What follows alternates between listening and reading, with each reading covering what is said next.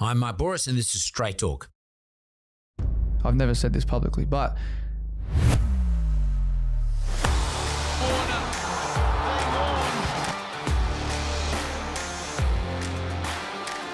what you've experienced in your life, I mean, obviously you've been punished. Do you have regrets about it, or do you just, fuck it, just move on? what happened with me, say 2018, I had a lot of people calling me names. But at the end of the day, for me, it's about how can I get better from that situation? And it's a mindset thing. It stems from how I grew up. Tell me about Dave Warne, the young kid. Like, where'd you live? Where'd you grow up? For us, we lived in like a townhouse. There was a lot of stuff going on in that area. There was domestic violence, there was drug abuse, there was people coming out of prison. And we had a great upbringing, but it was how did you learn to survive there? How did Dave Warne become a cricketer? When I look back, my brother, who was 7 years older than me, throwing balls against the wall and hitting them and playing cricket with each other, that's where the hard work started.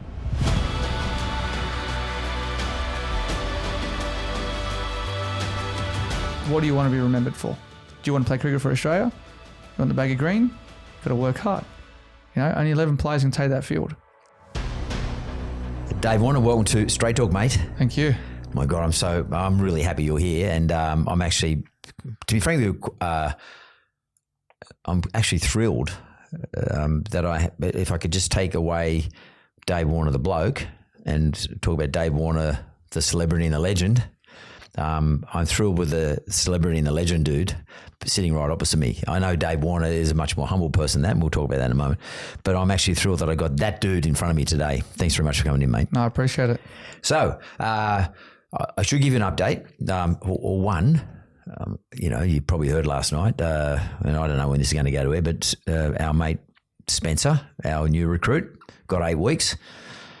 We're pretty knocked about that because I can tell you now, I've spoken to him, he's not a racist, but pretty tricky, the world of sport, and you come from that world. What is right? What is considered to be ethically right? What is the current narrative? How people get punished? And when do they seek out to, the administration seek out to sort of not make an example of somebody, but prove to the public that supports them that they are doing let's call it the right thing. So I wasn't surprised with the Spencer Leniu, the number of weeks he got, 8 weeks. I'm not surprised.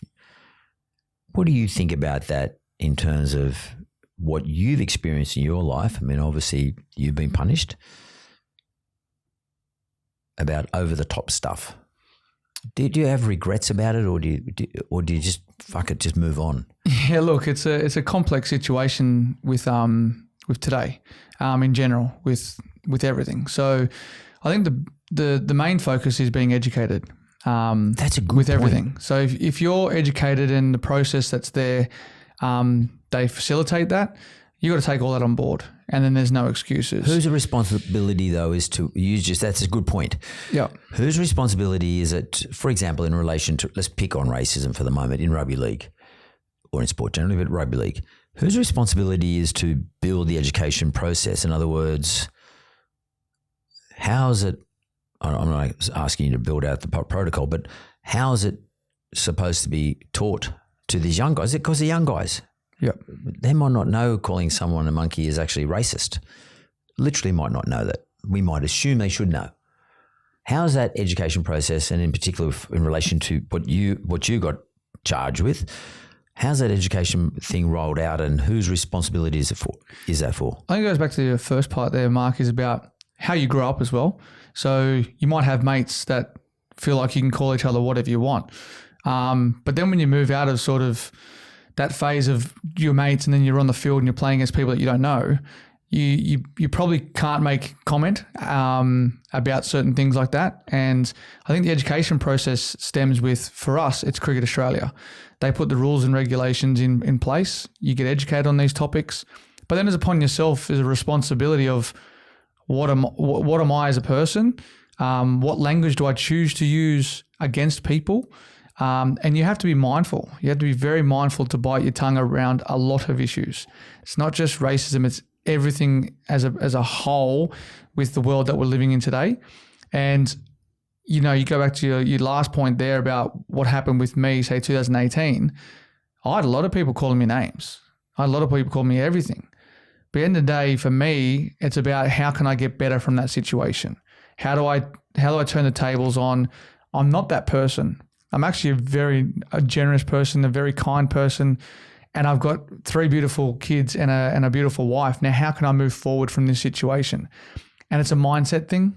And I think for me, it's about how I grew up, and it stems from there. And that's always stuck with me in the back of my mind. So to educate others, I think it's a responsibility of each individual, to be brutally honest. So that's very interesting. So that's a fairly mature point of view.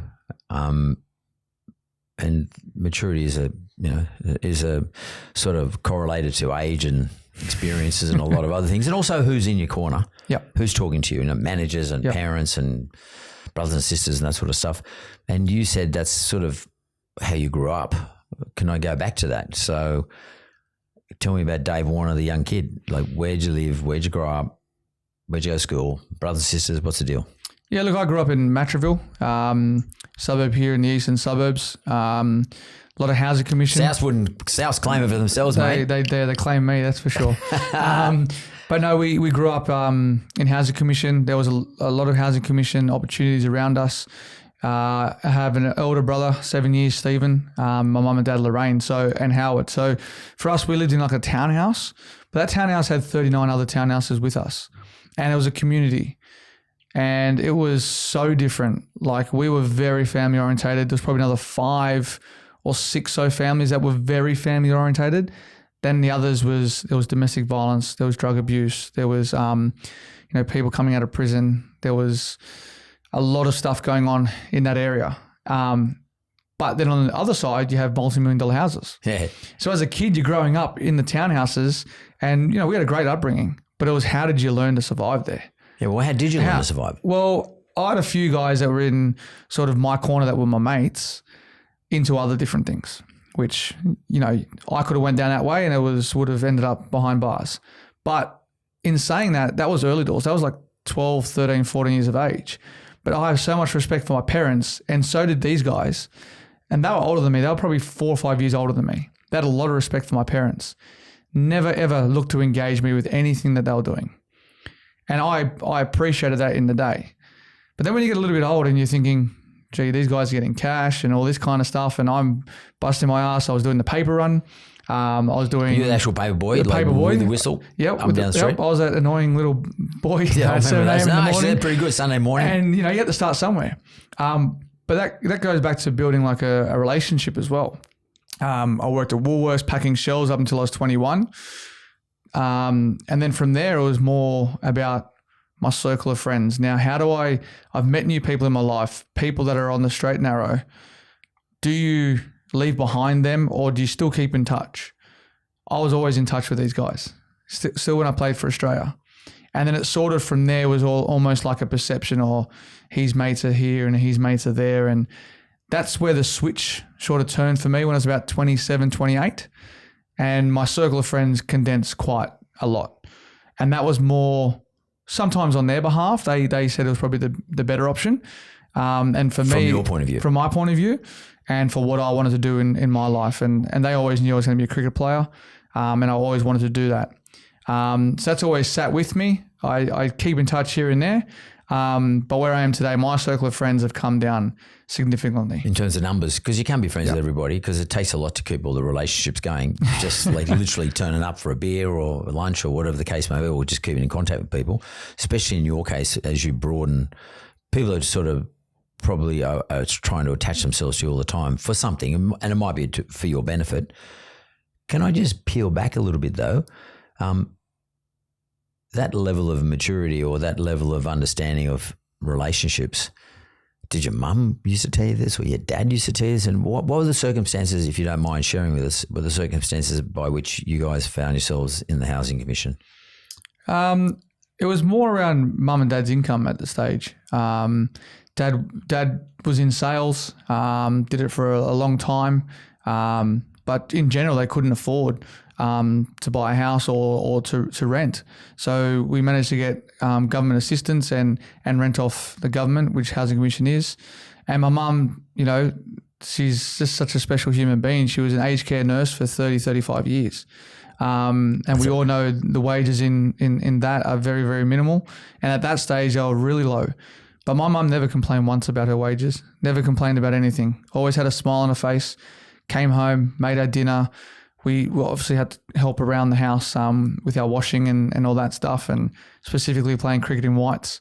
But she only just recently retired, and she's very, very happy. And the happiest part of my moment was to get my mum and dad out of Housing Commission. And that was what always stuck in the back of my mind, was to work hard. And if I'm going to work as hard as I can and I come into money, that was the most important thing to me. So they're both alive still? Yeah, they are. Yep. And they're still together? Yep, they're still together. They live in Matraville. And you bought them a house in Matter? I bought them a unit. Bought them a unit 2010, 11, I think it might have been. Bought that off the plan, and then I think they moved into 13 to 14. And if you, I don't know if you've ever had the opportunity, but like, let's say we got the opportunity now, because there'll be a couple 100,000 people listening to this easy. Want to give them a shout out? What would you say to them? What would you say to your mum and dad? Oh, that I love them. I think what's important, as you were just elaborating before about getting older, just hug your parents, because you just don't know when the day's going to go. Yeah. And, my parents are 70 and 68, and you got to cherish these moments. I'm busy. The last 15 years been traveling on the road all the time, constantly coming home, and as you said, trying to catch up with people. I try my best to catch up with my parents quite a bit, my brother, but life takes you on different journeys, right? So we're time poor, but you should be able to always make time for your parents. That's important. That's pretty cool. Because now you're a parent. Obviously, you've got your own brood, and you've got your lovely wife, Candice. And I'll talk about that in a moment. But I'm actually curious. During that whole conversation, then you never mentioned cricket. You just mentioned your whites. How did Dave Warne become a cricketer, or what's the deal around there? I know you love your rugby league, and we should put it out there straight up. He is a Roosters diehard, even though he grew up in Matraville. He's a Roosters diehard. That's it. Where'd you go to school? Matraville Public, and then Randwick Boys. Randwick Boys, okay. Well, there's a dispute over the territory, but we'll take it at this stage. We'll take him as a Rooster. But how did you become a mad? I'm talking in terms of skill, but a mad cricketer. What was the influence there? I think when I look back, my brother, who was 7 years older than me, played with Usman Khawaja, who is Usman Khawaja's brother.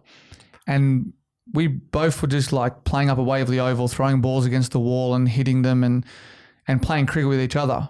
And I think it stems from there. I think having a brother that's older than you on that path of trying to play cricket professionally, you learn a lot. And I think because he is 7 years older than me, I learned a lot. And it wasn't just cricket ability. He had the gift and the talent. Your brother? My brother. It was just more, I think, for him, that next level. We talk about maturity. We talk about in between your ears, which is your head, making sure your mind's in it. If your mind's not in it, you get distracted. And then that deters you away from your talent and your gift, and that's playing cricket. And I think he at some stage sort of flicked the switch around 22, 23 and went into sort of apprenticeships. And I think he found ease with that. He did come through a generation of, Stuart Clark, Michael Slater, Corey Richards, a few other guys, the Ward brothers. So he had quite a tough task ahead of him to try and sort of get into that sort of New South Wales setup. And for me, it was just about trying to ride his journey as well for him. And so happened to be, I played down at East Cricket Club, which was Waverley at that time. Was it Greg Matthews around there? Yep, Greg Matthews. I played my first third grade game with him at 16, I think. It was a different experience, I must say. Mo. It's definitely a different experience. But we love him. We do. We love him. But yeah, from 16 years of age, I got my first great opportunity. Play with a few guys, Mark Patterson, Adrian Tucker. Paddo? Paddo, yeah. Paddo was my first captain. Oh, really? Yep, he was. I played with some really cool men. And when I say men, that's where we are today in our sport, where you've got a lot of kids coming through. Because Pat would be 20 years, more than 20 years old than you. He would have been 35, 36 at that time, just coming back from New South Wales state stuff. But what that says to me is that we don't have enough time to come back and play grade cricket anymore. But that's where you grow as a kid. You grow with playing with men. You know, at the moment, you got all these, different sports, a lot of kids coming through. But that's why you got to hold on to the experience. And the experienced guys like myself, whether it's cricket, rugby league, AFL, we need to hang on to try and teach these kids that it's not easy. You have to put in hard work. And from when I was 8, 9 years of age watching my brother, that's where the hard work started. But was it hard work in the sense that it was grueling, or was it hard work in the sense that you had to be committed? You had to be committed, but the best thing for me was I was just having fun. Yeah. And I still today go to get my game of cricket thinking I'm playing with my mates. That's all it is. It's not a job. It's there, I'm having fun. My job now is being a dad and being a husband. That's my job now. That's pretty cool. So that's how I've always seen cricket. I've always seen cricket as I'm still going to go have a beer. I'm still going to go out for dinner. I don't care if it's day 2 of a test match. I'm still going to do these things because I'm still living. I've got to live my life. Yeah. And that's how I've always seen my life from a kid growing up. I've not really cared about anyone's opinion. I don't care what people think or say. I'm about me and doing what I can do best. And that's what I have to do for my family and me. So can I ask you a question then? And you probably know this from East, but our coach Robbo, and previous coaches, that they know they're going to play opposition, and they do a fair bit of analytics on who they're playing against. And in your case, it's probably even more focused because you know who you're going to be batting against, for example. Yep. Months out. Yeah. So I was going to say, do you not obsess, but do you get into the detail? So I'm going to be facing up against so and so. I know what he does when he throws the ball, and then do you then go off and practice in the nets or somewhere, defending or attacking that particular type of style of bowling? I mean, is it like the fights, like styles win fights? Is it like that when it comes to cricket? For a batsman facing a bowler, bowling styles win the day? How does it work? 2 guys specifically would be Marsh, Labuschagne, Steve Smith. They're constantly looking to... Their way of playing cricket is by batting time in the nets and figuring out all that kind of stuff. For me, early doors, I was facing the bowlers in the nets, doing everything I could, work hard, present yourself. When you play for a long time at the highest level, for me, it was switching off. How do you mean switching off? So switching off, not thinking about who I'm coming up against, not thinking about where the guy's going to bowl the ball. I already know that. So I want to know that when I'm walking out to the middle, that's when I want to go, all right, I'm on. I'm in the arena now. That's when I focus. If I focus too much about before I go into that arena, your mind, you won't be able to sleep. You won't be able to think straight. You go to practice and you start practicing things that you just wouldn't. When I go to practice, I practice volume, practice hitting the ball in the middle of the bat, getting my timing right. That's all I focus on. I don't focus things about... you can control. That's the only thing I can control. Because at the end of the day, I find you want to keep perfecting your perfections, right? You want to keep getting better at what you do better. If you want to work on your weaknesses, you're actually putting the other stuff to the side. So I've always thought my weaknesses are always going to be there. It's how do I sort of not get out with that weakness? What can I do to negate that? Not about how am I going to tackle that. I need to worry about my cover drive and my pull shot and my reverse sweeps. That's all I have to worry about. Because your weaknesses, I find, if you put too much focus on that, you'll end up still playing those kind of shots.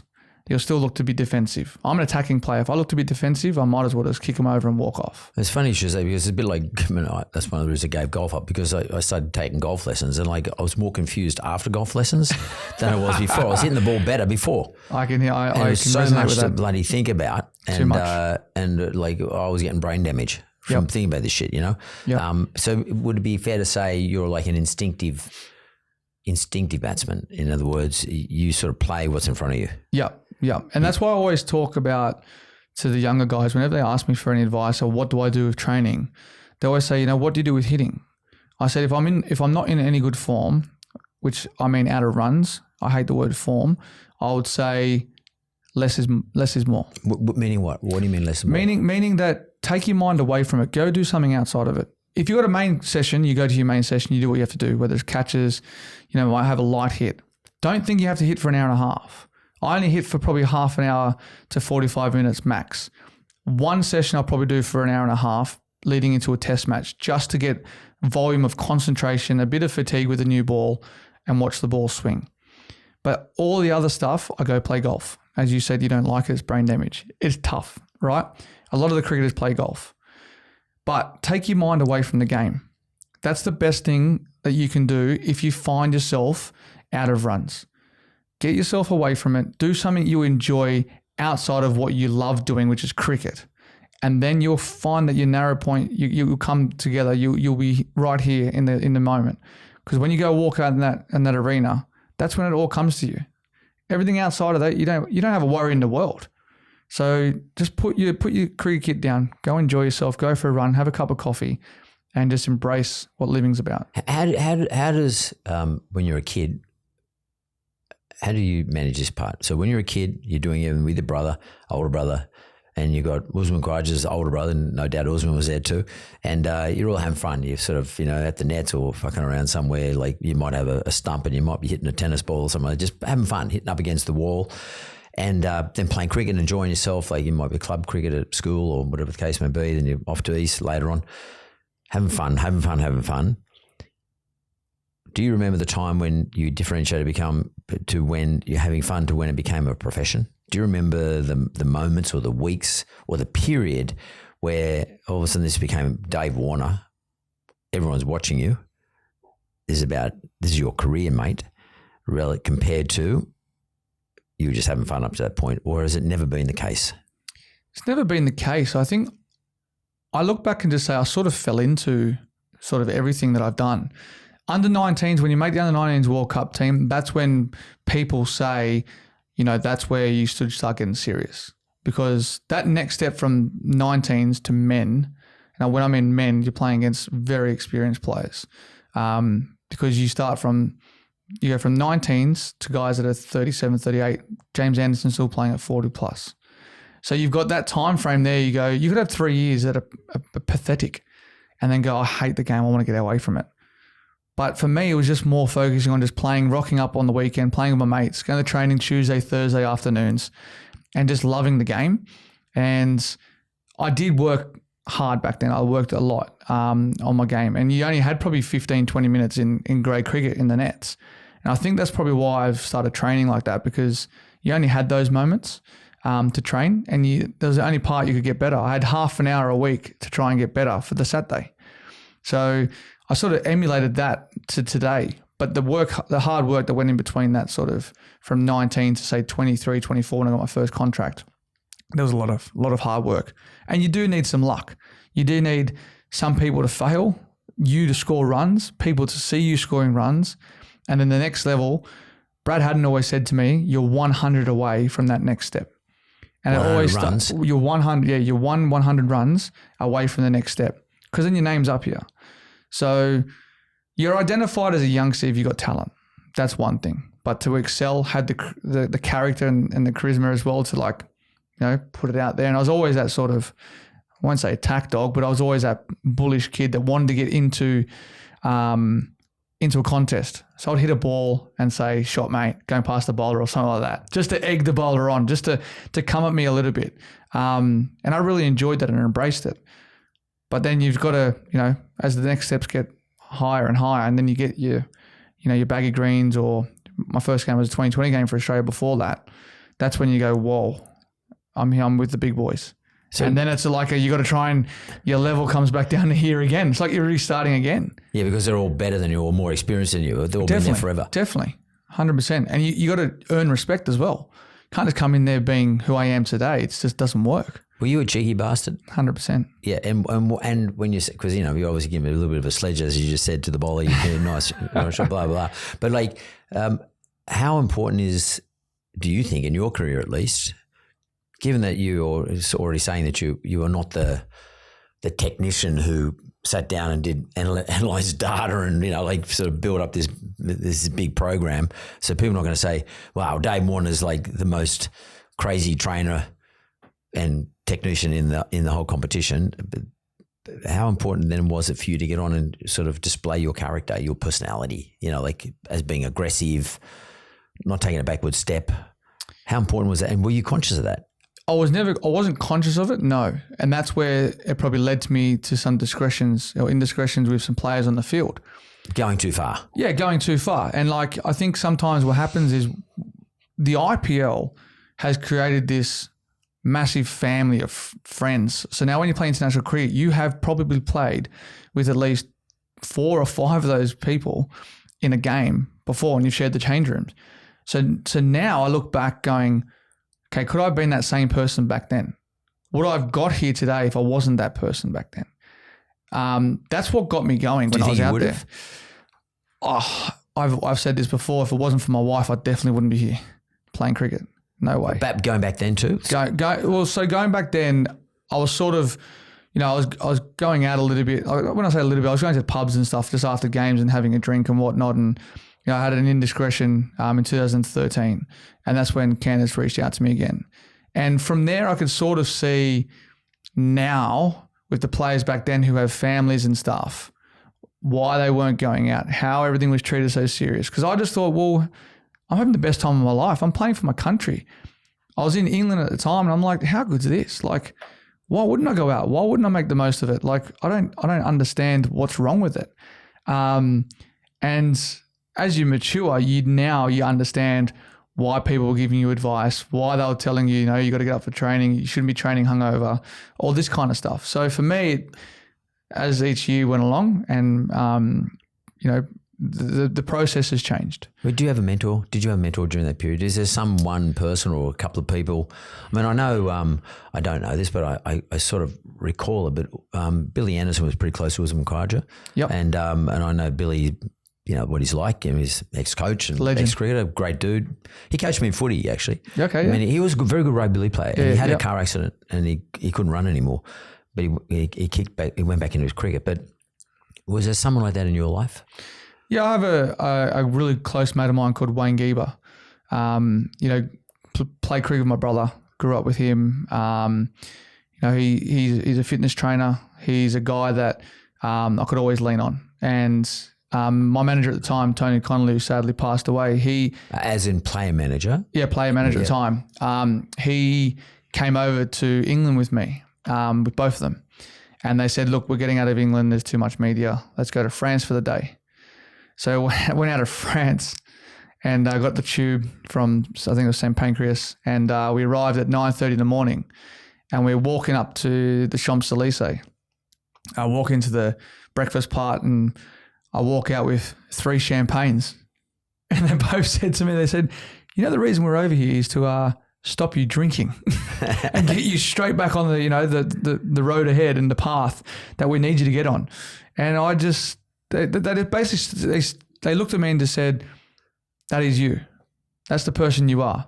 You take this on board. What's just happened, and we know where you're going to go with this. You're going to be fine. We know that, but we have to come here and give you advice and speak to you." And they were very comforting. It was awesome. It was one of the greatest couple of days I've spent with 2 really, really close friends of mine, and I really enjoyed that. And then probably from there, when I started talking to Candace, everything started to gel. So it was like 3 people that just came together and was like, look, this is what you got to do. This is what you have to do. Do you think you've had it sounds like you've had a sort of a blessed life in that things sort of happen to you at the right times when 100%, you need it? 100%. And as I say, you need luck in the game. But that's sort of, do you think you made your luck though? Do you think you made your luck by being the personality you are, making yourself attractive to the 2 guys you're just talking about, your manager agent and your brother's mate, and also made yourself attractive to, say, someone like Candace, who in herself was an accomplished sports person. Do you think it was because you made yourself attractive and you attracted the right people, or do you think it's just, or that's absolute luck you blessed yourself for? I think you do attract people with your personality as well, and that's why personalities clash. You're never going to have 2 of the same of me. That will probably be impossible in the same group of friends. But at that time, it was what I needed, and it showed to me the genuine care that people have, as we were talking about before, is that they want you to succeed. They want the best for you, but it's how you react to what they're telling you and how you gain momentum from what they're saying. And as you said, Candice is an accomplished sports person herself, an individual sport. When she came into my life and saw that I would drink after the game and go out and have dinner and this and that and sleep until 10, 11 o'clock in the morning, she was like, you're wasting your morning. You're wasting like 5 hours of training time that you can be getting better.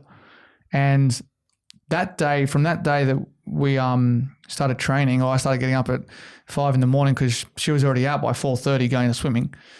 That was when it took me about a week. It took me about a week before I said, let's just go to the gym. And I'd go to the gym, come at 8:30, I'd be like, wow, how good is today? And it sort of just stuck with me the whole entire, until today. It still sticks with me now. You know, it's very interesting what you just said, Dave. It's really, really interesting. And I was just thinking back through then. There's something quite unique about swimmers, because Candice was swimming at Cranbrook, I remember, because my son was, one of my sons the same age as her. I think he might be a year younger than her. And I was in the same squad at Cranbrook. They used to train with, I can't remember his name, and he used to do a 4:30. So over many years, swimmers like Candice, because she was a swimmer before she was doing other stuff or her other sports, they developed this discipline of getting out of bed at 4:30 in the morning, getting to training at 5 and training for then backing up again in the afternoon. And then during the school holidays, when everyone else is out drinking and carrying on, they're competing on Saturday mornings. And so they couldn't go Friday night. Sunday was their own, pretty much their only day off. They have this incredible discipline around their life. Whereas mates of mine who played high level cricketers, generally speaking, to be honest with you, without being disrespectful, it's a bit undisciplined. It's true. And, because it's a sort of a different life. You start later. You don't have to be as fit. It's not as disciplined as swimming, for example. Swimming's like an extreme thing. That's crazy. You're going up and down the pool, looking at the dotted line. I don't know how my son did it, but like he did it. That, meeting someone like that, as opposed to her being attracted to you meeting a person like that with that discipline, how important is that in terms of changing your life? Because you just said she started getting you up early. You're not getting up 10, 11 o'clock in the morning. If you're going to get up early, you can't go to bed late, or you can't have as many beers, etc. And you started to work shit out. How important was that? Very important. Very, very important. And then I think Candice fell pregnant with our first child. I stopped drinking for 2 years. 3 girls, how many? 3 girls, I stopped drinking for 2 years. And she was like, I only did it because when Candice fell pregnant, I was like, I might as well just do 9 months with you. I'm going to stop drinking. I'll just keep training and whatnot. See if I feel any different. Backing up from each game, you probably didn't feel a lot different, but your mind was a lot clearer. And I really enjoyed that. But a small sacrifice for a bigger gain, I was like, okay, I'm going to try that. I'm going to try and do that. And it was a conversation with a mate as well when I was over in New York coming back from a trip overseas. And he said the same thing to me. He goes, why don't you just stop drinking? Stop drinking for a couple of years, whether it's 12 months, whatever it is, and just see what value you get out of it. I think the value I got out of that was actually I don't need to go, when I say a bender, I don't need to get on the piss like every Friday, Saturday night. I don't need to have 30 drinks a night. I can still have, so what I did was I actually got into wine, got into vodka and beer business, which actually I understood what, drinking was all about. It's actually it's a social thing, so I would have a wine or so with Candice. She was not a big drinker at all. She doesn't like it. But, from there we sort of, enjoyed a drink together. And then I didn't need to go out and have these, Friday, Saturday, Sunday nights out and then try and play cricket. Because it's so important to have a partner who's 100%. Like-minded to you. Like if they're a pisshead, more than likely you become a pisshead. Yeah. I'm gonna ask you an obvious question because I grew up in the West and it's a bit of it's just an obvious question. You grew up in the Housing Commission and back then Matraville was sort of, these days is pretty fancy, but those days it wasn't. And a bit like where I grew up, you could have gone either way. You probably got mates who just still on the drink, still doing 6 schooners a day down to the local pub. why didn't you become the typical dude? Why didn't you become the typical Matraville guy from the houses? Like, and I know in my case why I didn't, but why didn't you become that person? Because I reckon I always wanted to be a sports person. I played tennis, rugby league, soccer, and cricket growing up. So I always had, it's funny because I always had, it sounds a bit weird, but I had Michael Schumacher and Ayrton Senna up on my wall as a kid. Why I was attracted? Formula 1 drivers. Why I was attracted to them? That's interesting. It was more the thrill. So watching those cars, zoom around on the track, watching on TV, I'd always get up and make sure I was watching. I don't follow it passionately, but it was just them two guys that really stuck in the back of my mind. But the goal for that was I wanted the car. So I had an ambition of mine to go, how am I going to get that car? So I had to work hard, save, try and do something in life because I wasn't great at school. I didn't have the attention span of probably a goldfish. I just literally, memory's crap. But for me, it was about what can I do with my skills? Now, I was athletic. I had the capability of hand-eye, and I had a discipline of work because I was working at Woolworths. So I had all those things that I was like, well, I've got to do something with my life. And if I could do that, that was through cricket. But I played multi-sports up until I was about 18, 19. And I think that was probably the key because then you gave yourself options. But your hand and your eyes and your feet were all moving with different sports. So I think that's probably what led me into cricket and sort of knuckling down at cricket. But I think also because I really enjoyed it. So cricket saved me 100%. Or sport generally. 100%. But sport general. It's funny, I mates of mine who are cricketers, I played a bit of cricket at school because everyone did, but like the guys who excelled at cricket, like I was in Graham Hughes' side, right? And Heaps had the front of his face, and I'm looking at your eyes now, the eyes are very square. And I often wondered about cricketers in particular, or anyone who's got that ball, eye-hand coordination with a ball, the tennis players will. They tend to have their eyes in very set position in the front of their face. I don't know if you've ever noticed this, and I wonder whether there's some sort of genetic advantage that someone like you has in terms of being a really good batsman or even a bowler or someone who can catch as well, that cricketers have over above everyone else, all the rest of us. You have something above all of us. Have you ever thought about your genetics relative to your ability, your not just skill, but your ability to be a good cricketer? I think you can probably say that about West Indian athletes. Yeah. They're powerful, they're fast, and they're like, seriously, you just want to watch them. I would sit there and just go, I want to watch these guys play cricket. I want to watch them run. I think genetics does play a role in that. I think. But what do you think your genetic advantage is? I think for me, it's probably not genetic, but it's more anticipation. I can read things. I can read plays. I can sort of know what's coming. But how do you, can you tell that by the way the bowler runs into the bowl? I mean, I watch a lot of cues. So in my time, normally when a batsman, so I'll walk to the side, take my gloves, to do this, but I do that for a reason. And I've never said this publicly, but I'll watch the bowler all the way back to his mark. Bowlers, they look to so if they're going to bowl a short ball, my belief is 9 times out of 10, they'll look to square leg before they bowl the ball, or before they turn around and then come in and deliver the ball. Then sometimes what they do is they run in faster. So you go, all right, if he's running in fast, he's always going to bowl a short ball. Or if it's the first ball of his spell, he's not going to bowl me Yorker, he's not going to bowl me bounce, it's going to be on a line and length so I can play a different shot. These are little cues that you pick up with different players. And that goes back to you talking about like analytics and stuff. You know the bowlers. You played against them before. So your instinct naturally tells you, okay, I can read him here. I know exactly. It's not going to come off all the time, but just specifically when you can read a bowler, that's when it makes everything out there feel like it's in slow motion. So it's funny that you're sort of looking for their tell. It's like you're playing a hand of poker. Yeah, pretty much. Which is probably why Shane Warne loved having a game of poker. But do you think the bowlers do it to the batsman? Warne was like that. Warne was a genius. He was a genius at that. He used to just work the batters over all the time, set them up. And it wasn't until the end of his career that he actually detailed what he was actually doing. Oh, really? He talked about it? A fair few of the players didn't even know what he was doing on his own team. But he used to just work him across, and then set him up for his flipper. I think it was Cullen, and he got out for fun. But Cullen was, as soon as he walked out, Cullen was like, okay, well, what's going to happen here? He's going to bowl me. He's going to bowl me this. I know he's going to bowl me this. He's not getting me out. Bowled him that and got him out. That's just the aura that he had as well on the field.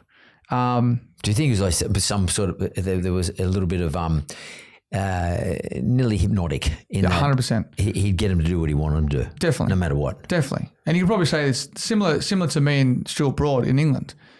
I knew exactly what he was going to deliver, but it was about, instead of me going, how am I going to score off it, I'm thinking, how am I going to defend it? And that's what I said before. If I'm going to go there and have the defensive mindset, I might as well just walk off. Yeah. But in terms of your style. Yeah, but the style of the game when it's out there doesn't allow you to always attack. So you have to have some form of defense. And that year, 2019, it was one of those ones I've just let myself down. Who's your greatest hero in cricket? Do you have one? There's many. Like, I don't just have one. You got a couple throw around? Yeah, well, Warne was one that I idolised. I tried to replicate the way that he bowled. Until I met him, I didn't realise how strong his fingers were and big, how broad he was as well. So he had all that power just to walk in. As a kid, trying to walk in and bowl just doesn't work. Anyone that knows cricket knows you just can't walk in and bowl. You have to actually have like a bit of a rhythm. He never had that rhythm, but his rhythm was all shoulder at the crease, and he was so good at it. Ricky Ponting, I really enjoyed watching him as a kid growing up. We talk about, getting into your innings. He had this big stride, and his big stride used to be his, downfall, but didn't matter. He still scored a lot of runs, doing the same thing all the time, all repetition. Just knew if he got through that first sort of 20 balls, he was on. And then I think Adam Gilchrist, from a opening batter's point of view, someone with an X factor, he was something special. Like, he had the carefree attitude, and that's what I loved about him, and that's where that sort of reflected upon me in my game as well. Can we just look at some of the that they're guys that you either played with or watched? What about blokes you played with? Who's some of the great friendships you got out of cricket? I mean, I know there's probably hundreds, but who's some of the great friendships you've got out of cricket? I think growing up with Uzi from the start and playing all the under-19s, 17s, New South Wales, all that, he's one of my very, very close mates. Still today? Still today. Yep. Yeah. We still, all our whole team, we all get along really, really well. But it goes back to when you're hanging with everyone 24/7, so 300 days of the year, the last thing we probably all want to do is hang with each other. Totally. So for us, like after the game, I think when we look back at our careers, we'd all have strong friendships with each other. If you go across the ditch, Kane Williamson's a good friend of mine. You build these relationships with people just through IPL, through playing against each other. There's a lot in the team there, in our team, that I'm good friends with. And people don't realise it, but Steve Smith's another mad rooster. We try to get together sometime to try and get to the games, but we're never in the same time. He's either in New York or, with his spare, he doesn't have any kids, so with his spare time, him and his missus are out travelling the world, so which is great. Did you ever think to yourself that, because particularly if you go back 20 years, well, when you were a kid, teenager, did you ever think cricket was going to be so rewarding in a financial sense? Like cricket, I can't remember back then, but I don't think it was people were earning, or the opportunities to earn money were nowhere near what they are today or have been in the last 5-6 years. Do you ever have that sense that this is a way of making a good quid? No, not at all. Because when I played the game, I wasn't getting paid to start with. Through under 19s and that, we had to go back home and work. It was only my first sort of, I think, second 11 game, or that we got like $500 for the week to play a 4-day game, and I was earning a bit more than that at Woolworths, and I was like, well, why would I go and play cricket and then cost myself money? So for me, it was like, if cricket was going to be my passion, now I didn't know what contracts were, I didn't know what the starting base was, and for me, when I started, it was $12,500 as a rookie contract, which I got.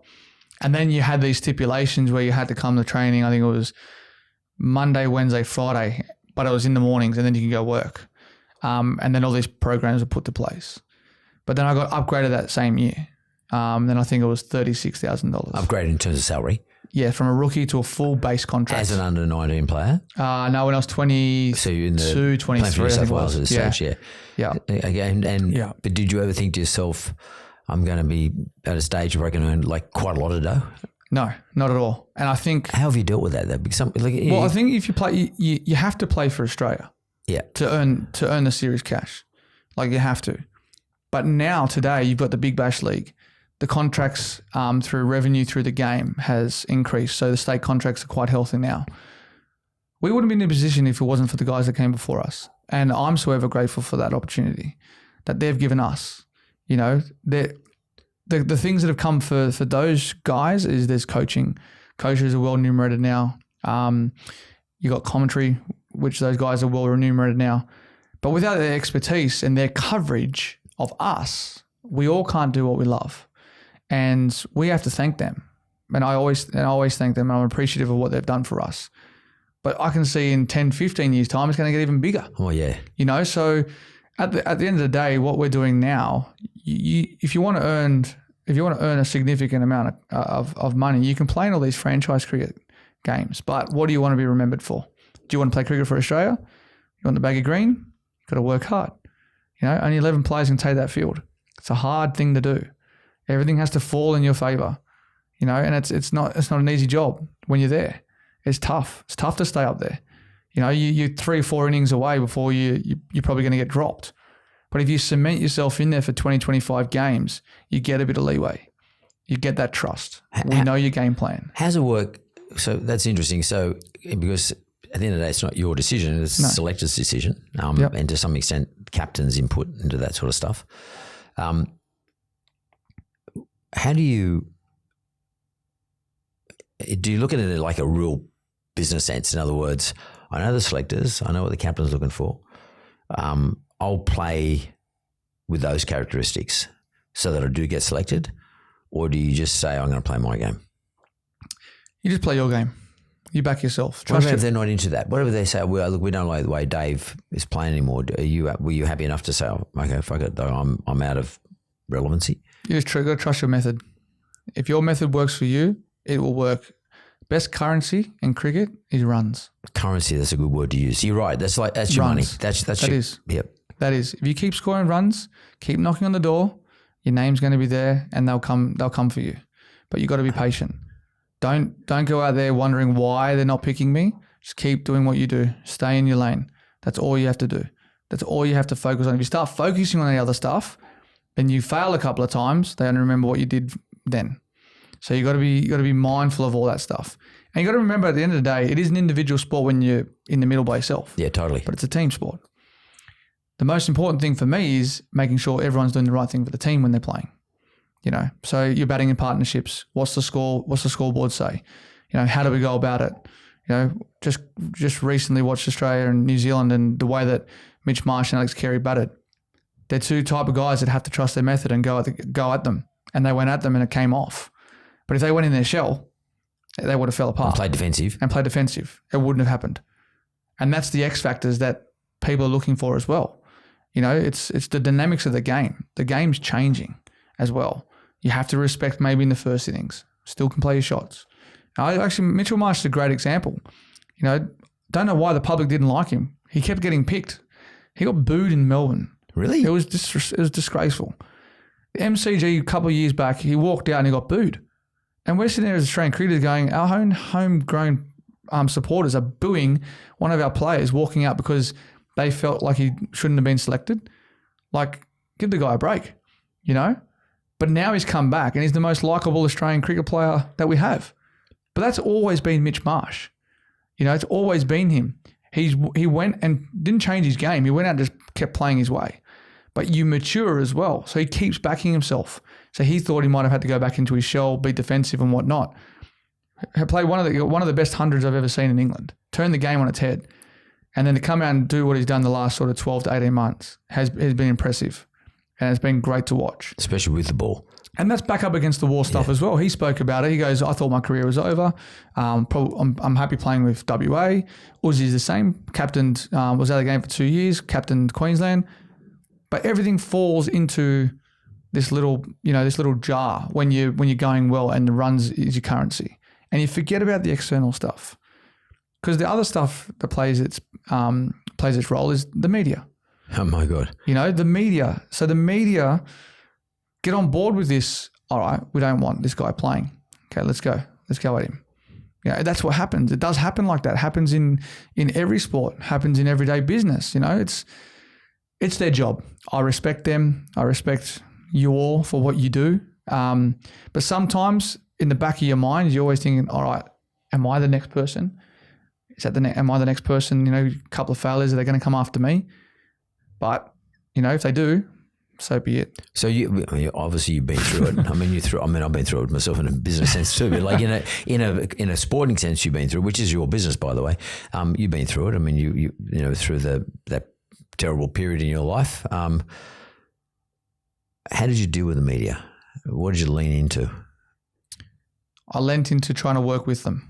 How? Trying to find a narrative where the narrative is. Did you talk to them? Did you? You build up relationships. You definitely have to build up relationships. Because what happens is sometimes they might not watch the game and just see the scorecard. They don't see, you know, the ebb and the flow of the game. Now, the cricket writers do. It's the opinion piece people that don't. Yeah. So they see the headlines. And they might have read someone else's opinion too. Exactly. And they thought, or their editor might say, listen, we've got to cover this story. 100%. But do you reach out to them though? Like, do you sort of ring up a particular cricket writer and say, look, hey mate, how you going? We'll find myself a cup of coffee? Opinion piece are people who want clickbait. Yep. So that's their job. You leave them alone. If their currency is to get clicks, so be it. Because you won't change that. No, because the everyday person who's actually interested in the game will go into the article and read the article, and we'll put two and two together that the headline doesn't match. And we know that today with every single thing that you click on, it's hardly got anything to do with the article. So for me, I had to understand the media. So I had to understand what was involved with it. And it didn't really bother me at all. Anyone that was writing negative stuff about me didn't bother me. They're just wasting their time. Have you ever been booed when you go on it? Oh, booed? Gee whiz.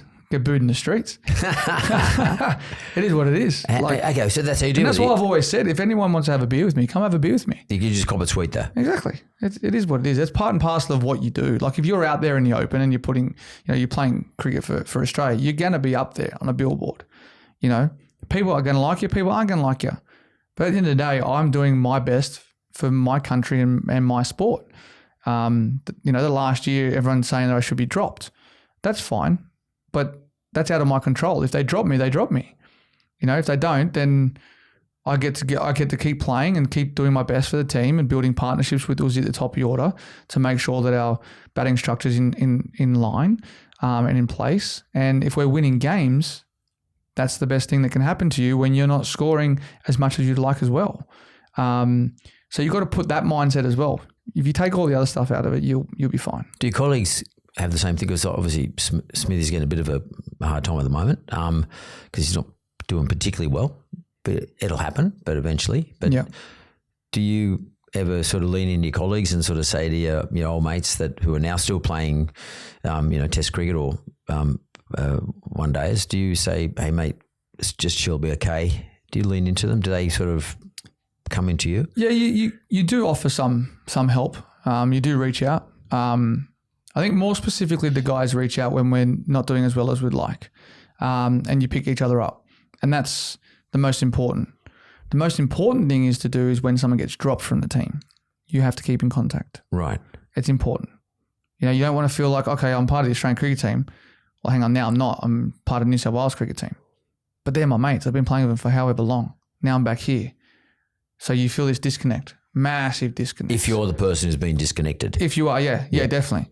But it's upon you as a person. If you're that type of person who keeps in touch and whatnot, that's why I think the responsibility lies. Are you that dude? Do you I always text everyone. Is that always. Like not a tradition, but is that a cultural thing within cricket, like in Australian cricket that, like if, I don't know, if one of your test teammates gets dropped and he ends up playing for New South Wales and doesn't get a run for a while, is that everybody reaches back to that person and say, "Man, how you going?" It's upon the individual. I've had a few messages, but I know all the time I always try and keep in touch with everyone that's played with me. Doesn't matter what team it is, I always try and keep in touch and ask people how they're going. You know, just offer a bit of sounding board for them. Because I think it's important. Cricket, there's a lot of cricketers in the world. We're a family. You know, you want people to spread the love. And I really want that to keep going and keep moving forward. And I want more kids participating in cricket. So I think it's a responsibility of mine to have genuine care for people that I actually genuinely care about. And I've always said that if I'm not messaging that person, it's not that I don't genuinely care. It's I genuinely care for people who I've played with and I'm always in touch with, in general, just to see how they're going. Because it's hard. It's hard being at the top. I don't know if people would think that about Dave Warne, though. That's the opinion of what happens in the media and stuff like that, and that's why I always say I don't care. Yeah, I don't care what people's perception of me. If you stop me in the street and I've got time, I'll have a coffee, I'll have a beer with you. I will. I've met some Twitter people that have badgered me over the years, and I've become friends with them, and just still have a chat, caught up for a beer, and this and that. Their opinion changes because people have social media. Everyone has an opinion now. People can change certain things and sell a narrative down one street about someone, and then someone comes on top. It's a powerful thing. I was just lucky it didn't start early doors for me.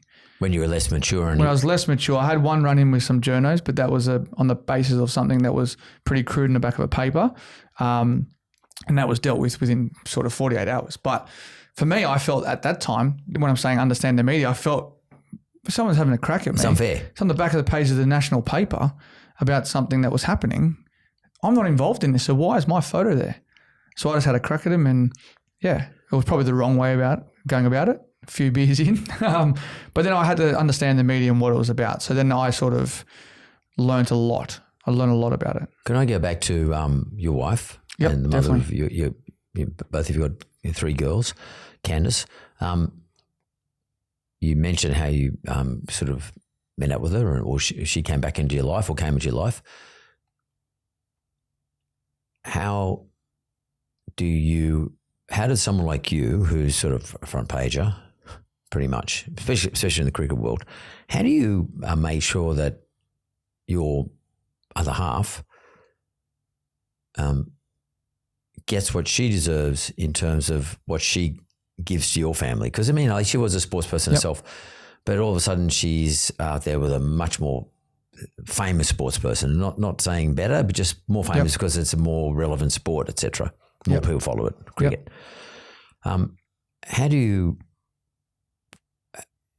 help her stay relevant in your own lives? Or do you not worry about it? She's just so mature you didn't have to bother about that sort of stuff. We always talk about we're a team. We're a team, and so we do she everything feels together. Part of your success. 100%. We're part of each other's lives, like day in, day out. We would know each other's, calendar, ins and outs of what we're doing, what we're trying to achieve, and we have systems in place to try and reach what we're trying to do. Candace, it's been difficult. It's not an easy thing. Me being away 6 to 8 weeks at a time, since the kids went to school, it's been even harder.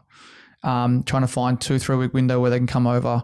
Candace wants to work, and she's doing some radio stuff and some TV stuff now, which is awesome. And it's something that she's passionate about. And she's able to do that now because I'm tapering off. That's something we spoke about before me retiring. She wanted me to keep going. Oh, really? Candace wanted me to keep playing. And I said, I just can't keep going on like this with me being away. If I play a test series, then, you go away to another league and then you're playing an international series again. Like winter series goes from, so the boys were just in New Zealand. They go to the IPL. We've got a World Cup in the Caribbean. So that goes to June. Then there's another league after that, which goes to the end of, I think, the beginning of August. So if I'm away for that period of time and you're in Americas, it's a long time away and it's difficult. So it sounds glamorous, but it sounds glamorous, but it's not, because at the end of the day, you got to care for your wife and your 3 kids. And every parent out there that knows, you come to those witching hours after school, before school. Like, they're things I love doing, and we do it together very well. We've still got this routine. Candace will wake up at 5:45 religiously in the morning. She'll go walk the dog. She'll go grab the coffees, come back, and then I'll be up at, say, 6:15, 6:30. I'll help make the sandwiches, all the stuff that we have to do to get ready. By 7 o'clock, we're ready. The kids don't have to go till 8:15.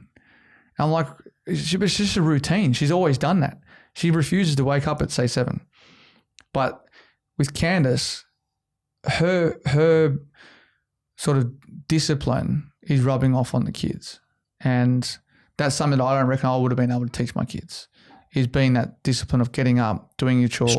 Structured, yeah. The structure is proper.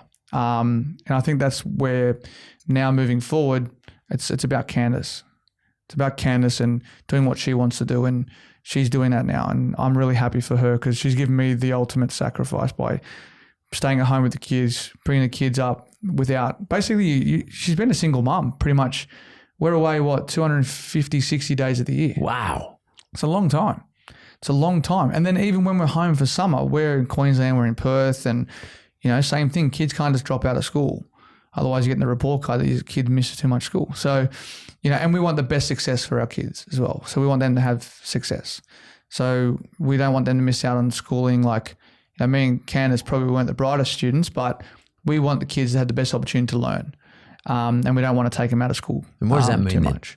What does that mean, David? Like, so giving your kids the best opportunity to learn, what do you think? Opportunity to have a better education. Than you had? Than when I had, yeah. So quite clearly we know with kindergarten to year 6, if your kid's going to have the attention span and all that kind of stuff. Then it's finding the way that we can help them into what they do like. For me, it was basically go to primary school, then go to high school. I only went to Randwick Boys because my parents knew at that time, Matraville, South Sydney and JJ Carl didn't have a cricket team. So how was I ever going to try and play cricket? So Randwick Boys actually accepted me on the proviso that I was playing cricket and playing rugby. So I was fortunate for that. That's where with our kids, we want to give them the best opportunity to excel in other areas that we didn't have the opportunity to do. So kids will go to, I think Ivy's going to go to St. Catherine's. That's at back at Bronny there? Yeah, back at Bronny. When I walked into that school on an open day, I think Candace went there for 1 year. I think she got a scholarship and then left. But I've walked in and gone, if I came here, okay, I know it's a girls' school, but if I went to a boys' school that was very similar, I don't think I could fail at anything. The opportunities that those schools have compared to the public school system is outrageous. I could not believe it when I walked in there. And then I understood why the fees are how they are. Because back then, if I looked at that, my parents would go, well, what's that worth? Come on. You can't afford it. We can't afford it, but like, what are you going to get out of it? When I walked in there, I'm like, man, if I could start my life again, if I could actually put my hard work and money into it, I'd help my parents try and somehow fork out the fees for those things, because that is incredible. The facilities are incredible. How old are your daughters now? 9, 8 and 4. So one daughter being like a year 8 or 9 or so. Ivy's going to 5. 4 or 5? Ivy's going to 5 next year. 5 next year, okay. Yep. And she's at St. Catherine's? She's at St. Mary's St. Joseph's now, but she'll start in year 5. In St. Catherine's. Yep. My mum went to that school actually, and she used to rave about what a good school it was. The only reason I know where it is because she used to tell me about it all the time because I didn't have daughters. But do you think that you and Candace have a different view when it comes to education to say what your parents might have had because of your economic environment, your financial situation? 100%. And I've always said to Candace that I want to make sure that we educate our kids in finances, how to use money, like how do you make money? It's not just let's just earn pocket money and spend. Like our middle child is a bit of a tight one, so she's saving, which is great.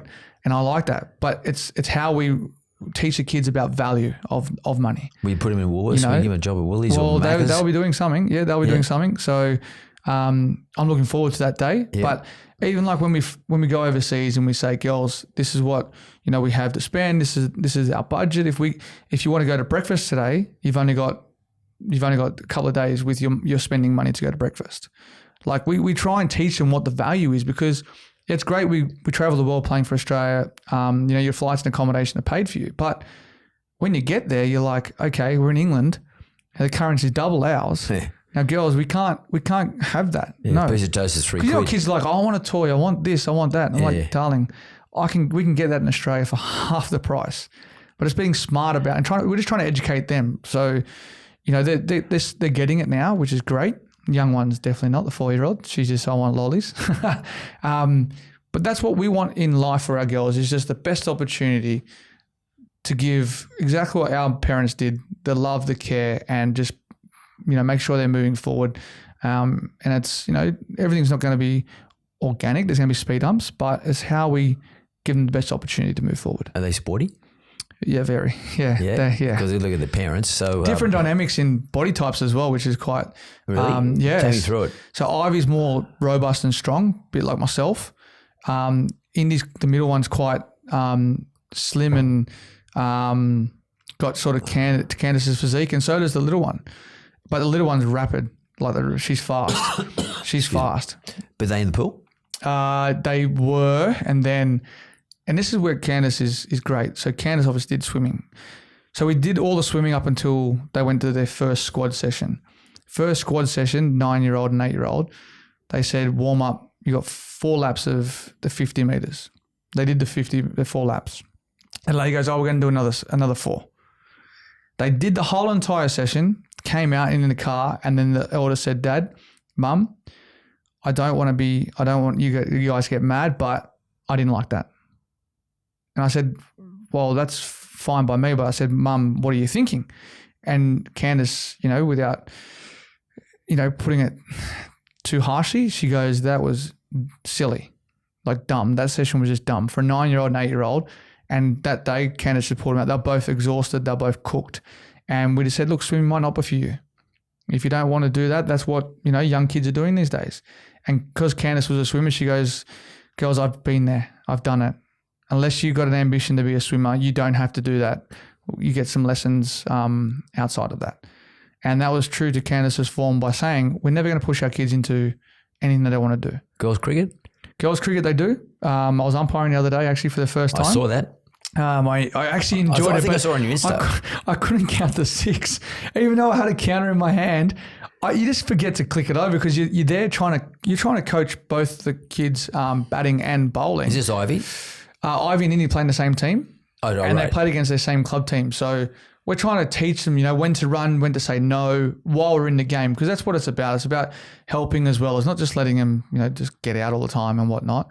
But yet again, if you don't want to play girls, you have to play. But they love it. They absolutely love it. They haven't asked me to take them to the nets, which is weird, but they'll tell me to come have a hit with them in tennis because they really love tennis. Do they know who their dad is, or are you just dad? I'm dad, but they got a tendency to call me David Warne, full name. They say full name. They call you David Warne. They're like, David Warne. That's what Mum used to say to me when I was in trouble. So don't call me David Warne. I'm your dad. Simple as that. Like I try. So when we were in India a couple of times, someone came to me and go, oh, Dave Warne. I was like, no, I'm not Dave Warne. And then Ivor go, yes, you are Dave Warne.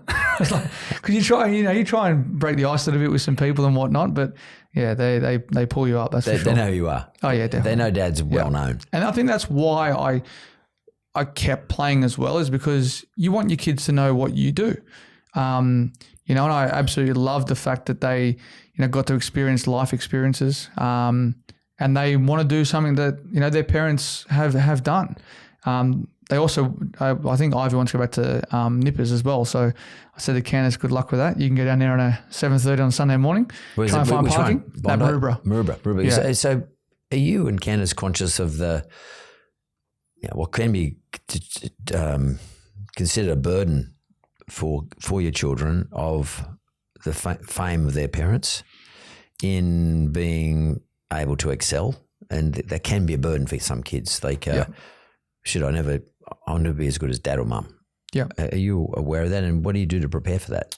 Yeah, I think having quite clearly having Warne as your last name and whatnot. Expectations there are.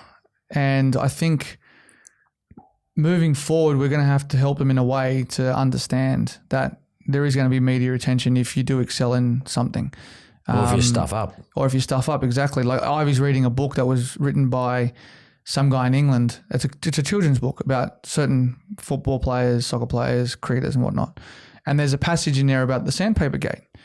And Candace is like, well, I can't let Ivy read this. I said, I'm just going to have to. Totally. I said, it's better to know all about what's happened today, because she's very intellectual. She reads a lot of books. She does ask questions, but it's usually to mum, not to me. And it's better than knowing now and growing up, learning to deal with it in this sort of environment now openly. Yeah. And we're educating them on what not to do. So would you tell them I made a mistake? Would Yeah, you say, look, I stuffed up? How would you, okay, let's say you're talking to Ivy now, and Ivy's reading this book and Sandpaper Gate's in there, and Ivy's read this story according to whoever wrote the book, and then you sit down there, how far do you go with this? Do you try and give them a life lesson out of it as you learnt it?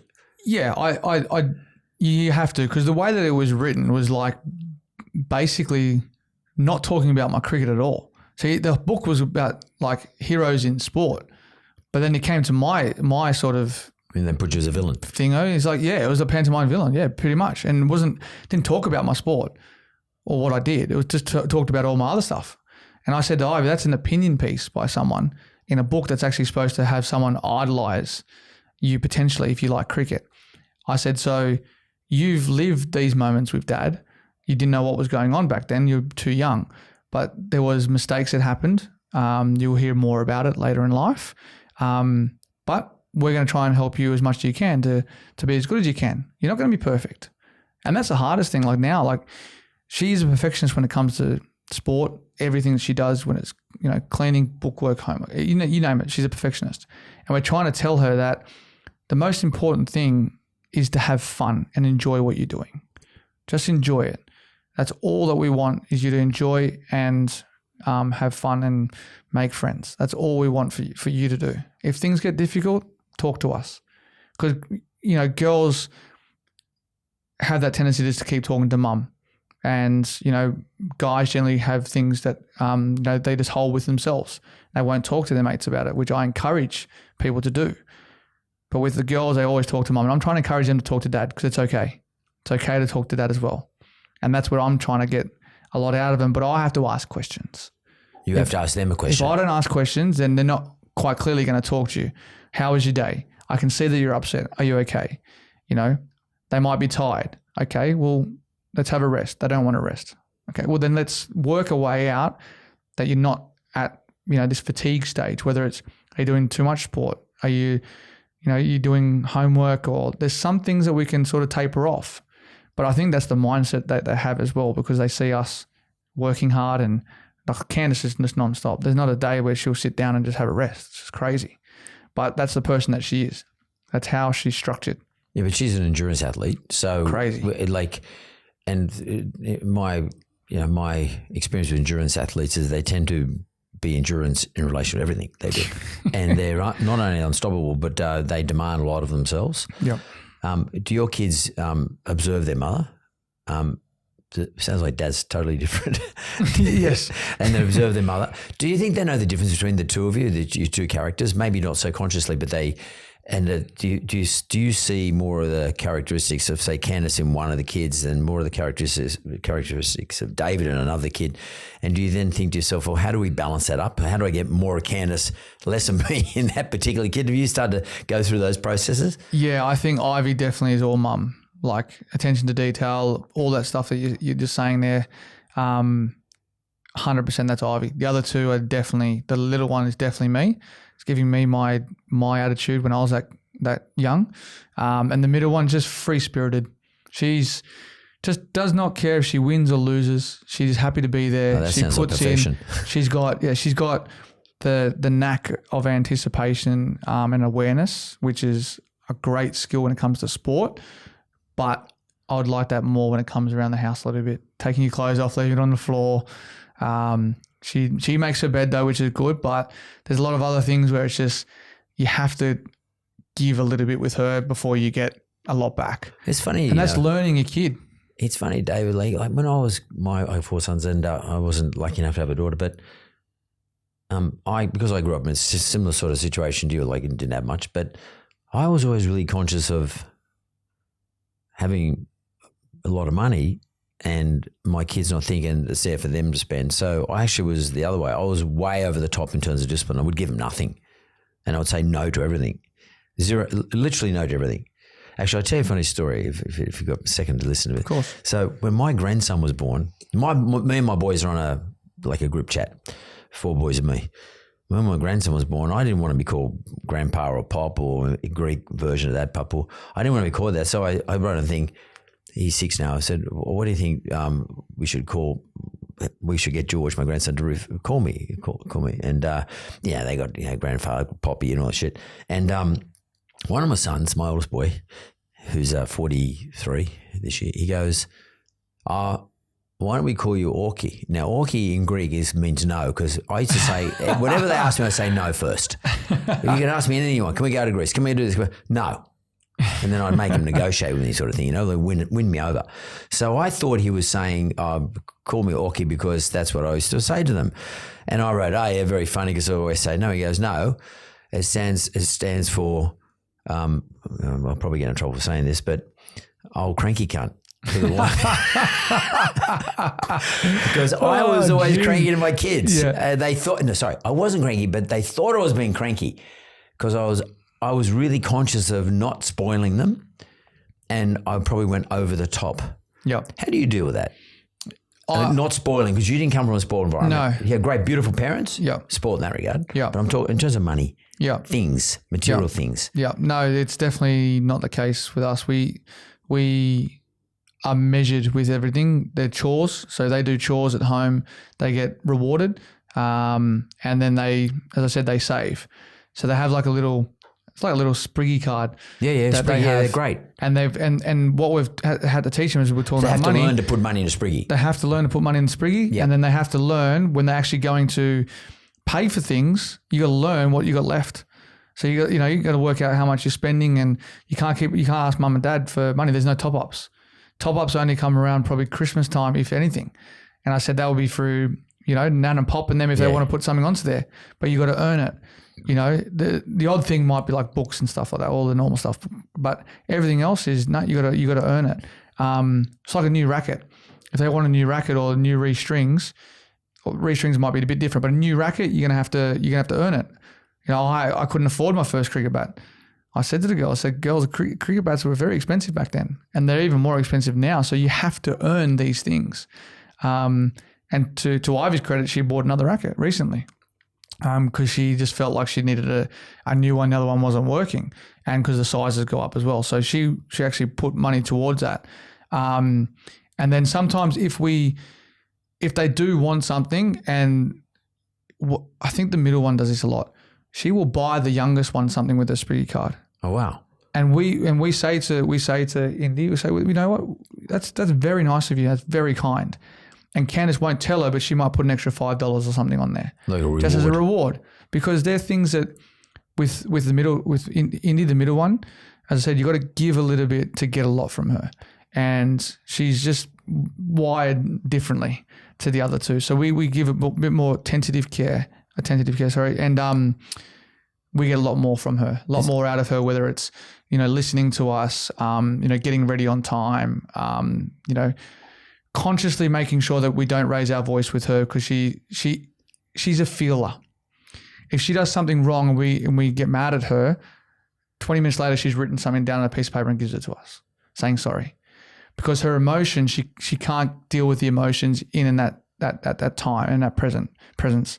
So for us, we had to learn that with her, and now we know exactly what sort of ticks her off and stuff like that. So for her to do that, she's got a kind heart, and she does have a kind heart. So we were really impressed with the way that she deals with that stuff. What's really good about talking to you today is that we haven't talked about what I thought we were going to talk about, but what I've learned, because I do this because I love learning about people, in particular people like yourself, but I've learned that now I know why maybe potentially you're retired from Test cricket and one day and you're still playing cricket, but like retired from that heavy commitment.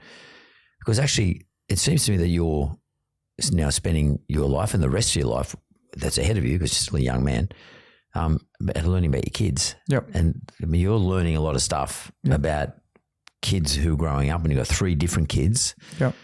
And you and Candice together are sort of building strategies and learning about tactics about how do we create these 3 great kids one day. in a ideal situation, because we're all idealists. A lot of us, we like to have the ideal kids. We want the kids to be the best version of themselves if possible, and that's bloody hard. Yep. And you got to continually learn. Yep. I used to have to learn. My kids are older now, but I had to continue to learn, and I wasn't conscious of this sort of stuff, to be frank with you, at the time. I am now, but I wasn't conscious of the thing like that particular aspect. And that's where having someone like Candace is really important. Definitely. Having the second part, or the other part. Yep. Who's conscious of this sort of stuff can help you through it. Yep. Because a lot of times, us Dobby blokes, we haven't been trained that way when we were kids. We weren't trained that way. We weren't. We're not wired that way. But the modern way is the way you're talking about. Yeah, definitely. The two of you working on the strategy together, and you'll fuck up, you'll make mistakes, but then be prepared to make the admission. And sometimes the kids teach us about ourselves. Yep. All the time. I mean, I found that in hindsight. I didn't master that stuff until, sometimes a little bit too late. But it's amazing. How old are you now? 35? 37. 37. So it's amazing that at 37, I was having my third or fourth kid. I was nowhere like you are. I nowhere near as advanced as you are, or as conscious, or as deep in the vertical strategy about, but it is. It's a vertical strategy about how each kid operates and how each one interacts, and how you interact with them, and you interact with your missus, and she interacts with you. And it's a real complex thing. It's a puzzle. It's correct. It's a puzzle, and it keeps changing. Yep. Pieces keep going missing, and you get new bits, and you have to find out where they'll fit. And as I said, it's not where I thought I was going to end up with David Warne today. I thought we'd be talking about Sandpaper Gate or that other stuff, which is all history. What's been really interesting to me is sort of leaning into David Warner's future with his family, which seems to me one of the most important parts of your life now. Oh, most definitely. I've missed out a lot of it. And that's why I used to come home for like 10 days or whatnot, and you got the kids there, and you're probably yelling, going, get your stuff ready, hurry up, it's taking so long, all this and that. Your emotions of just coming down from whatever you've won or lost and that, and then you've got to get back up again and go. You're home for a short burst, and then, you got to understand your kids. So I've missed a lot of opportunities to understand the kids, but I know each kid like properly, but it's more what makes them tick, when are they tired, all these kind of stuff. Because I wasn't putting them to bed. I would call them just before bed, and then I could hear in the background one's blowing up at the other one, and there's fights left, right, and centre when I'm away. So I've even worked out the last couple of years when not to call. They're things that you have to manage. And on the flip side of that as well, it's about managing when you're away on tour with 3 kids. That's where Candace is a ripper. Like we'd order it. You got accommodation paid for at a hotel, but we'll get an Airbnb. Why? Because Candace wants me to perform better. So, in a relaxed environment that she knows the kids will be in, let's book an Airbnb. And they're little things that I wasn't even thinking of like that, but she was always thinking of me as the sports person as well. So with the kids, I was like, okay, so we're in a home environment. Now I'm getting this opportunity to be in a home environment away with the kids. And, they're the times that you love, you come home, you cook dinner, have a sense of home, because we don't have a home away from, where we live. So that was another important thing with the kids, and trying to understand that and how they are in different environments away from home. So there's a lot of different change. And I know in this group of cricketers now, they've all got young kids, or a fair few of them have got young kids. So they're going to have to go through that change now as well. And it's difficult. And, I hope and I know that they do have great supporters at home as well by their side.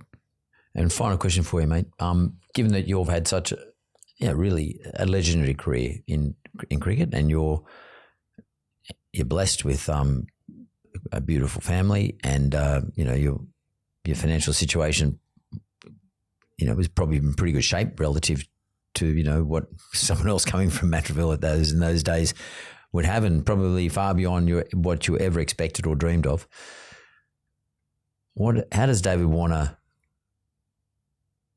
look to his obligations to pay forward to young cricketers or young kids, not your kids, but other kids, boys and girls coming out of maybe Matraville and other places, probably not Matraville these days, but, equivalent. do you feel a sense of obligation to these guys? Yeah, definitely. I think it's a responsibility of me to make sure that people believe that anything is possible. Doesn't matter what you set out to achieve. Everything is possible. Hard work, bit of discipline, but just making sure that I'm connected as much as I can to the community, especially in my area. And then, when I'm involved with pathway cricket and stuff, making sure that I'm giving back to the youngsters and making sure that not just working on their skills, but working on how to conduct themselves, try and conduct themselves better than what I did as a youngster. You're going to get a lot of advice, but it's how you choose to use that advice. So hopefully I can, be a voice for some of the young girls and boys coming through, and give them every opportunity to try and succeed at, if they're passionate about cricket, help them with their cricket, and move forward and try and have a nice, without a few hurdles and obstacles, but have a nice sort of career if that's what they want to do. And how did you enjoy yesterday the other day? I enjoyed it. It was great fun. I had father come up to me and just ask if anyone wanted to umpire, and I was just like, yeah, I might as well do it, thinking that he's not serious. But then I enjoyed it when I was out there. I actually really enjoyed it. I got a lot out of all the girls were encouraging. The best thing I found out there, because you don't say that when you're sitting off the field, they're all encouraging each other after every ball, every shot. They're all encouraging each other. The girls each other? Yeah. Yeah. And they're different to us. Yeah, it is. And back in the day, I just used to stand in the field, and if somebody wanted to run for the ball, I'd run for them. So it's so different, and it's great. I love, and you are right. Girls and women are just completely different to us men. Isn't it great to learn though? Oh, it is. But how do we get that from a young age? It's very hard to teach. Well, Dave Warne, it's been a great pleasure for me, and you've enhanced your legendary status as far as I'm concerned. Good to see you, mate. I appreciate it. Thank you.